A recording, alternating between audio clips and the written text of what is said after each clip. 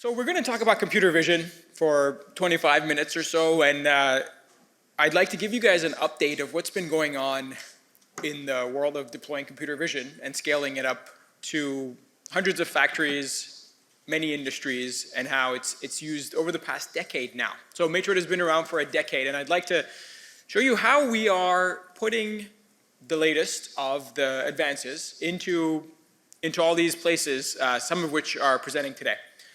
So there have been many different eras in computer vision over the past decade, and I'm not going to focus too much on each one other than the very last one, but I'd like to just remind you of what has happened. A lot has happened in the past 10 years, and so it's just worth quickly reminding ourselves that this all started with deep learning becoming popular with convolutional neural nets. Convolutional neural nets basically were the way forward from 2012 to 2016. We were using them for all the tasks that you could imagine, but very basic tasks: classification, segmentation, and detection. So they certainly showed us that machine learning could take over computer vision, and that's what happened. In 2012, computer vision was completely taken over. Geometry and mathematics were in some sense downgraded as tools, and we had machine learning and data, fitting data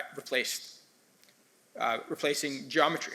Then from 2016 to 2020, we had a huge amount of tooling improvements, but for the same real underlying backbone. So convolutional neural nets were still king, but what happened was we got much better tooling. So we had PyTorch and TensorFlow, and there was the beginnings of self-supervision and some transfer occurring from one task to another, but really it was still quite brittle. You had to spin up large data sets in order to go from one task to another. So really what happened was deep learning tooling got really, really good from 2016 to 2020. And then 2020 to 2023 is when we started having computer vision models that were dramatically different. Suddenly, you didn't need to a priori say what your label set was. You could, and then towards the end of 2023, towards the end of this period, in actually middle of 2023, the segment anything models out of Meta came out, which I feel were the first time we saw prompting in computer vision, where the prompting was borrowed from the LLM prompting. So obviously we had LLMs occurring in this similar time frame, and right after LLMs showed their promise, we started getting prompting for computer vision. So when you talk to an LLM, you just have a few sentences, and then it typically understands what you want. With a computer vision model, you have to point and click a few places, and then it eventually learns what you want. And from there, things are changing dramatically fast, and it's actually very, very exciting. We are at a point now where we're starting to figure out how can we compose computer vision into different modalities. So how can you mix a text-based description of what it is that you care about the computer figuring out, along with the visual example. So, you know, the sort of super basic thing I could say here is you could write one sentence that is drive really well, and then if we had a gold standard AI, then what we could have is basically a neural network that would perceive the cameras that we were just seeing and drive really well. But that's obviously not here, right?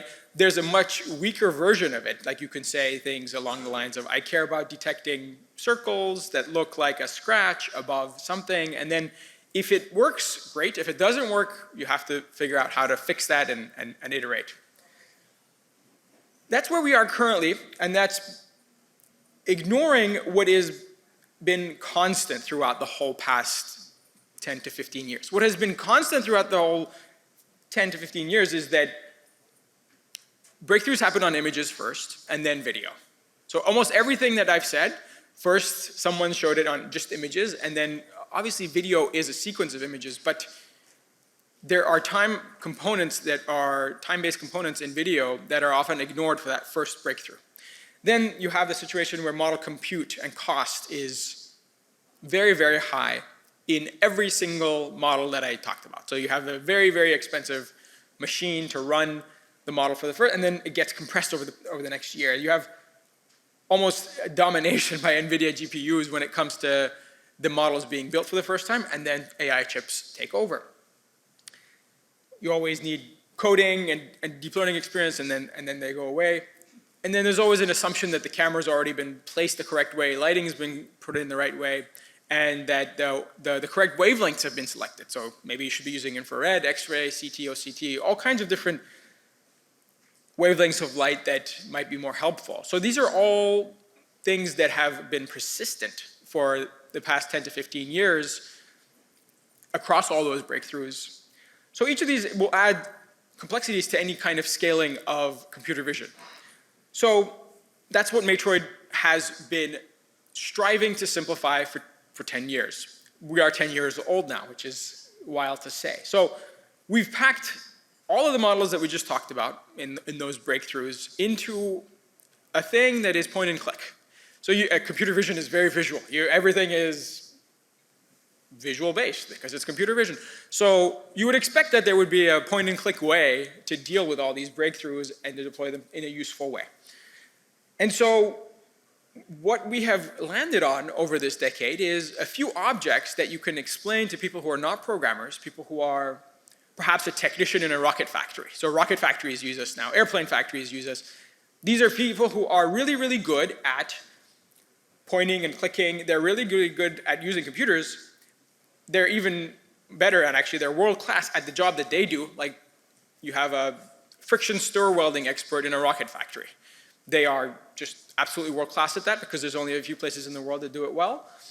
Or you have an engineer that knows precisely how to assemble a car part so that under high stresses and high winds, that car part doesn't fly off on the highway. And these people are technicians. They're super domain experts. And to give them the ability to automatically check their work is what has been a large amount of our deployment. So we're now in a lot of different factories, and at the end of this, I'll talk about which factories we are in. But the basic idea that has enabled all this is detectors, cycles, streams, and collections. These are things that we introduce to people who are not programmers, and we very quickly introduce them. So a detector is just something that can be created by English, or by 1 or 2 clicks, or by the traditional methods that you have in CNN world, where you have large data sets. You only use the large data set situation if there's something very complicated being detected. Most of the time these days, you just talk. You just like write English and you say, hey, I want to detect scratches on such and such panel, and I would like to do something with it. A cycle is what can take several detectors and add the time-based component. A cycle is something in video that repeats. So you have a start point and an end point. These are detections. So you have a detector that tells you this is the beginning of the cycle, a detector that has the end of the cycle, and that repeats. And in many, many situations, that is able to use perhaps like a simple detector, a simple vision language model-based detector for the start, and maybe a more complicated CNN that you trained for the end. And both of these you can train them up with point and click. And then you have a cycle. The cycle starts and ends, and you can get analytics and whatever else you need about the cycle in the factory. So we've been slowly deploying in all factories. Every factory makes stuff. Whenever they build something, they have to check it for quality. So they put a camera down to see that it's been built correctly, looking for scratches, dents, bruises, correct assembly, and so on.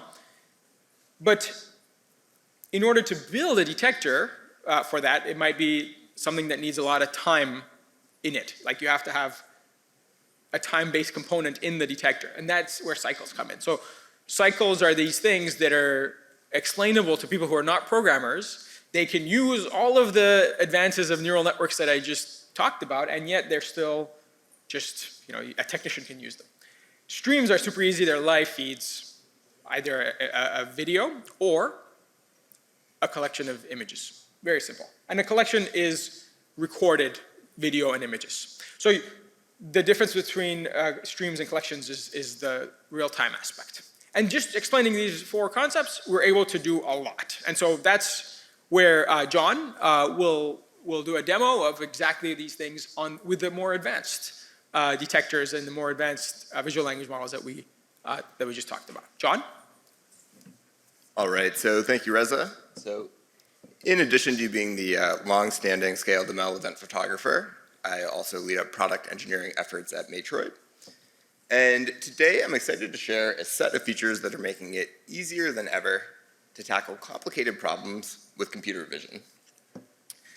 So before I jump into anything new, just to give you more context on Matroid, the core of our product is essentially a computer vision-powered video management system where users connect cameras, like Reza mentioned, we call those streams or video streams, and then they look for things on those streams using custom computer vision models, which we call detectors. So to make that more concrete, you can imagine a manufacturing setting where you might be connecting a set of cameras from a factory, and you might be using detectors to look for different things on those cameras. You might be interested in safety issues, workers not wearing protective gear. You might be interested in quality issues. You could be looking for defects or misassembly or that sort of thing. Regardless of what you're looking for, you connect your streams, you create your detectors, and then you end up with a dashboard that looks something like this. So essentially, as your detectors are spotting things on your streams, you have events rolling in that show you exactly what was detected, when those things were detected, and so on. So here I have a bunch of streams connected, some from TV channels, some from airports, some from manufacturing facilities, and I'm looking for all sorts of things. But regardless of what you're looking for, the starting point is typically the same. You need to create a detector. So we have lots of ways to do that, but until recently, they've all shared a similar starting point. You've had to create a data set first. So we have a lot of tooling for that. If you go and create a detector from scratch, you're dropped into a studio interface that looks like this. So this is where you would be adding dataset images, adding your annotations, doing that kind of work. So here we're looking at roof shingle defects. But even with a nice tool like this, it's point and click, it's easy to use, creating a dataset is still quite a challenging problem. You need to collect your images, you need to clean those images up, you need to add your annotations, you need to make sure those annotations are high quality, and you have to do all of this before you can even think about training a model to find these things in the future. So now, thanks to the advent of some of these large vision foundation models, we have easier entry points to creating detectors. So the first one that I want to show is basically just creating detectors from text descriptions. So what you can do is pull up an interface where you can just start describing what you're looking for in plain English. And you can basically test those descriptions out against some test images. So here we can imagine maybe I am trying to create a detector to look for common items in a conference setting. So what I can do is upload a test image and just start adding descriptions for what I'm looking for. Maybe things like banners, screens, microphones. I do want to pause here just to sort of call out how cool this functionality is. So when we started Matroid back in 2016 and built the first iteration of the product, if you wanted to detect a banner or a microphone or something like that, you were looking at hours of work. You'd have to collect your images, you'd have to add your annotations, you'd probably have to go through multiple cycles of training just to get something that works reasonably well. But now that you can do something like this, it's a huge boon for users, especially ones who might not have a lot of technical background or experience with the machine learning process. It's a much easier way to get started quickly. So again, I can add my descriptions, I can continue looking for more things, I can test out some thresholds here, see how my descriptions are doing. Maybe I'm also looking for things like some of these audio speakers. So I can also add additional images. So there's one I took during setup today. And I can see how well my descriptions are doing on other examples. So in this case, it seems like it's doing pretty well. It does miss the screen here, so maybe let's just try to get a little bit more specific. Let's call that a projector screen. Cool, and sure enough, that catches it now. So text descriptions are a great starting point for a lot of use cases. But there are cases where we have users in highly technical environments where it can just be challenging to describe what you're looking for using text. So for those cases, we also have the ability to create detectors from image prompts. So the idea here is you are just giving a large foundation model a few examples of what you're looking for and seeing how well it can generalize from that. You're not creating an entire data set with hundreds or thousands of images. Again, just maybe one or two examples of what you're looking for. So here I have an example use case where we are looking for defects in vinyl flooring. And what I can do is go ahead and provide a prompt image of what that defect looks like. And then I just add a couple of annotations, letting the model know what to focus on. And I can switch over to this test tab and basically see how well the model is generalizing on new images and new examples. And we can see in this case, it's doing pretty well. So just from that one example, we're finding similar defects that are different sizes in different lighting conditions, different colors of flooring. But it's great that I'm getting this live feedback. There's this back and forth. I can add more prompt images. I can add more test images. And once I'm happy with how this is performing and feel comfortable, I can just give this a name, hit create, and then I have a detector that I can instantly use to deploy across my other streams to look for similar defects. So when we're talking about detector creation, we're often concerned with monitoring streams and cameras going forward. But oftentimes our users are also interested in searching the past. So text is another really natural interface for search.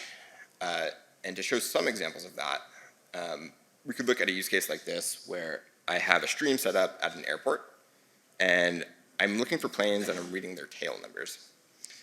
So I might hear about an incident with a certain plane with a certain tail number, and I might want to quickly be able to pull up every time we've seen that plane. So I can do that really easily just by giving the tail number that I'm interested in. And again, this is a full video management system, so I can just jump in, look exactly at what this detection looked like, pull up the recording of the video of what was happening at the moment of this detection. So this is a use case with the planes at airports, but you could imagine something similar in a manufacturing setting as well. Maybe instead of plain tail numbers, you're instead reading part serial numbers. You find a defective part, you want to pull up every example of every instance we've seen that part to see exactly where that defect might have been introduced. With this kind of search, that's pretty easy to do. Sometimes our users are interested in more open-ended search. So earlier, Reza mentioned the notion of collections. So collections are essentially sets of recorded video that you might want to search through. In this case, I have some recordings from Bloomberg Television from the last couple of days. And what I can do is basically just search for visual concepts that I'm interested in finding. So maybe I am interested in finding a man wearing a suit and green tie. I can instantly pull up some examples of a person wearing a green tie and see exactly when they showed up. Maybe more specifically, I want to see like the US president. And that'll pull up examples there as well. You can look for all different sorts of concepts, things that you weren't necessarily thinking you would search for ahead of time. Maybe I want to find some manufacturing robots, and it looks like Bloomberg's been talking a lot about that. We've had a lot of snow recently, so you could be looking for a snowstorm or snow at an airport. Again, the idea here is that you're taking a lot of video and you're making it pretty instantly searchable. So search is very useful in a lot of customer contexts, but we do have users who do other types of video processing as well. So Reza earlier mentioned the notion of a cycle. So you can imagine a cycle as essentially an iteration of a repeated process. So again, repeated processes are everywhere. In manufacturing, you might have a worker on an assembly line carrying out the same sequence of steps all day long. Each iteration of that sequence of steps would be considered a cycle. So what you can do with Matroid is basically create a detector that can identify the steps in a cycle like that, and then we can automatically record every time we see an instance of a given cycle. So here, I'm looking at a sequence where we have a worker assembling golf carts by torquing bolts in a certain order. We have a detector that can detect that bolt torquing sequence, and every time we do, we record an iteration of the cycle with information on exactly when the cycle happened, how long it took. For any of these, you can jump in and see the recorded video of what exactly was happening for that particular cycle. So if you need to do some sort of investigation, maybe why did some iteration take longer than expected, you can do that. You can pull up the video, you can label it as this is a delayed cycle or this is a normal cycle or something like that. Traditionally, a time study like this would take a lot of manual effort. There's somebody standing there with a clipboard and a stopwatch, observing processes and recording how long they're taking. But with this, you can automate that and get much more comprehensive data on how your different processes are performing. So we've seen a lot of use for this in the contract manufacturing world, where you might constantly be assembling different things, setting up new processes, and you need to very quickly optimize how efficient those processes are. All right, so the final set of features that I want to look at here have to do with tracking. So tracking is an area where we've made a lot of progress, especially over the last couple of years, things like the SAM family of models. We have, at Matroid, adapted some of that research to work better in real time and to work in technical settings as well. So what you can do is pull up any of your live streams, and I'll just use my webcam here as an example. Provide a couple of prompts for what you might be interested in tracking, and then you'll instantly get a mask that'll follow around the object you're interested in.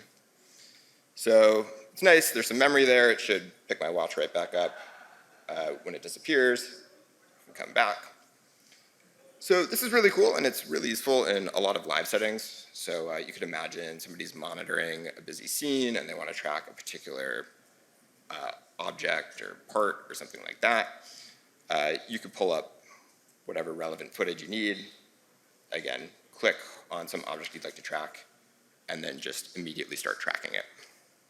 So as this video plays, we can see again, the mask is tracking this car quite well, even from this helicopter vantage point that's constantly changing. So tracking is really useful in a lot of live settings, but we've also seen that it can really transform some traditional workflows as well. So one of those that I want to talk about here is redaction. So you can imagine redaction as having some recorded video with sensitive information in it, sensitive visual information. So you might want to blur out people's faces, you might want to mask out text or the content of screens or something like that. You're protecting people's identities, or you're protecting proprietary information.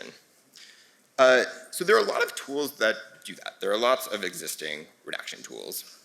But up until now, they've generally been very manual and very interaction intensive. So to indicate what you might want to blur out, you probably have to draw some shapes, you have to resize them, drag them around, and it takes a while. You need basically a full video editor suite of tools like a Premiere Pro or something like that to do it. Now with tracking, a workflow like that becomes a lot easier. So as an example here, I'll pull up a video of an operator using a machine, and we can imagine that I'd like to redact both his face as well as the content of the screen here. What I can do is basically provide a prompt for what I want to redact. So here, we'll imagine his face, and we can kind of focus in that prompt a little bit. So let's try that one more time. Perfect. I can hit track, and then Matroid will automatically track his face through this video. So it's giving me this bounding box. That'll be the target that we end up pixelating or redacting from the final version of the video. So once it's done with his face, I can finish up that track, add another track to get the screen here, track that through the video as well. And then once I'm happy with the way that this looks, I can finish up these automatic tracks, choose a couple of export settings, so just some visual stuff. Here we'll say we just want to pixelate this content, adjust some settings, and then when I hit create video, behind the scenes, we'll just create a new version of this video with those selected areas redacted. So on a short video like this, it probably will finish up in real time here, and it did. So I can go ahead, pull that up, and see that we've pixelated both the screen and his face very quickly. So again, this is something that with traditional tooling might have taken much longer and required a lot more interaction. So I will say it has been an incredibly exciting time to be working in computer vision and building products around the technology, and it's been really great to be able to do that with the engineering team that we've had at Matroid.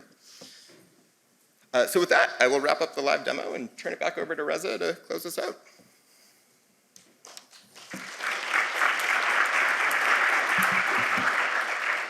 Thank you, John.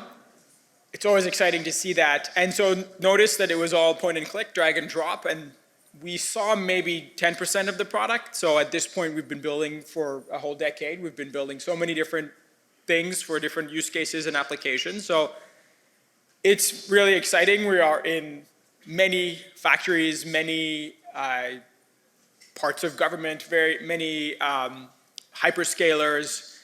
To give you some numbers about what at this point Matroid is inspecting. So we are, of all of the US steel, of all the US aluminum, and of all the new cars that are manufactured in the US, roughly a quarter of them at some point in their manufacturing process, they get inspected by Matroid using the tools that you just saw, some kind of detector at some, like one or many stations within the factory is using vision, some waveform, wavelength, and so a quarter of a lot of different parts of sort of the AI boom in manufacturing, the AI manufacturing boom in America, and it's, I would say we're the spearhead of having AI in so many parts of manufacturing in America. Just over 10% of US would, and then everyone knows about the hyperscalers, so the companies that build large data centers and make those data centers accessible. They have to check those data centers that they've been properly built. Right after they build them, there's so many different industrial inspections that need to occur to make sure that the data center has been, there's so much cabling, there's so many things you have to check with regard to load on different points in a data center, and a lot of that can be checked visually. So 2 out of the 3 top hyperscalers use us, which is really exciting to be able to say. And and then rockets. There aren't that many orbital rockets in that work in the world. Almost all of them are in America, and most of them are inspected by Matroid at different points. Overall, there's more than 100,000 video streams that go through Matroid. So every video stream typically has its own kind of detector built, some kind of tweak, and every single one of those detectors could have been, a lot of work for somebody to gather a data set, do all this stuff, but now they just write in English. So it's been very exciting to be able to, I walk factories for all these different things and see how they're built. It's really fascinating, and at the same time, heartwarming to see AI helping build American manufacturing. Yeah, thank you so much. So we can swap very quickly before I wrap up. So we also, so in the bucket of companies that have increased their valuation, we also just closed a round. I'm very excited by that. If you are interested in talking to me about that, please do so afterwards. I can take a few questions, and then we have the next speaker. We have Mercedes coming to tell us about how they use AI in their factories. So I could take a few questions, and maybe just 1 or 2 questions, and then switch over. Yes. Hi Reza. So my question was regarding the scale that you're operating on. And as I could see, you were mostly doing things on the real time. So is there a latency that kind of occurs or that is expected while you process the stream? And also, there can be some confusing points. For, let us say, there's a banner can be confused with a screen. So how are you calculating the similarity score particularly? Is it like simple as cosine similarities, or is there a complex thing? Those are great questions. So regarding the live aspect, so the product figures out which of many different models are most relevant for the detection. Most, if not all of our models can be configured to run under 100 milliseconds per image frame or per frame of a video. Those are the most expensive ones. The cheaper ones can be in the tens of milliseconds range. Regarding the similarity score, that is a detector itself. There's hundreds of different models, each of which would decide what is the similarity score, and then there's like John showed, there's thresholding. So no, absolutely not just cosine similarity. Cosine similarity is it's maybe the last step in something, but there's hundreds of different models that provide the most important computation to decide whether two things are similar or not. So it's absolutely, I mean, neural networks are the replacement for cosine similarity, and they're really complicated these days. And there's a good reason there's hundreds of different models. They are all evolved and they all do better than each other. So please, yeah, I'm here. I'll be at lunch. I'll be here the whole day. So we don't need to take time from me. Let's clear the podium for Mercedes-Benz. Please, Philip and Oliver. Cheers.